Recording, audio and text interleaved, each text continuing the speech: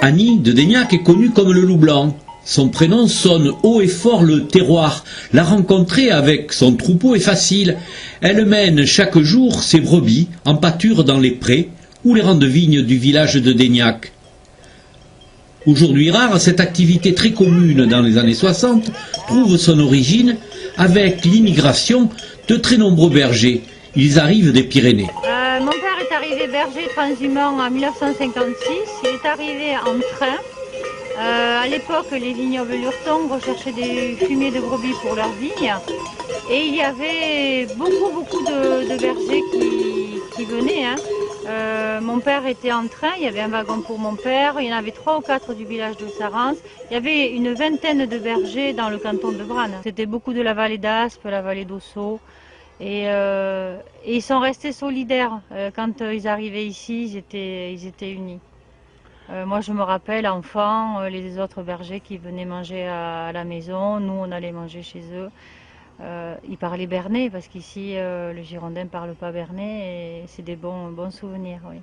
Alors c'est une, je dirais, ça a eu tendance à disparaître. Comment ça se fait que vous êtes encore là, vous?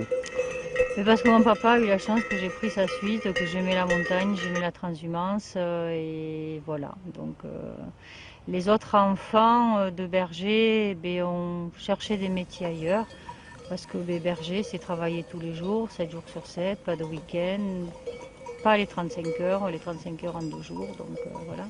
Alors quand vous dites aimer la transhumance, ça veut dire que encore aujourd'hui vous la pratiquez avec votre troupeau? Oui, oui. Alors papa a commencé en train et moi je pars en camion. Un camion 3 étages, il fait des cochons toute l'année. Et voilà. Donc on part le 10 juin, c'est l'ouverture de la montagne et on revient début octobre.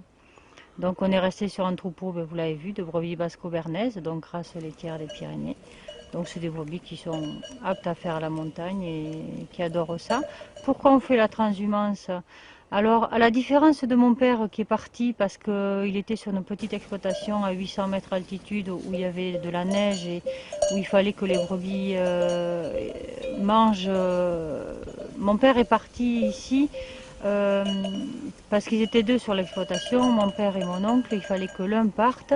Et aussi pour nourrir les bêtes, parce que là-bas, il fallait faire le foin au râteau, à la faux. Et il n'y en avait pas assez pour l'hiver, donc il fallait nourrir ces bêtes le plus simplement possible. Et donc les vignes ont été une opportunité pour nous. Et moi, c'est le contraire, je fais la transhumance car l'été ici, une fois qu'on a fait nos foins, il n'y a plus d'herbe. Et moi, je vais à la recherche de l'herbe à la montagne. Voilà, c'est aujourd'hui et autrefois, c'est 2 transhumances complètement différentes. Rendez-vous très bientôt.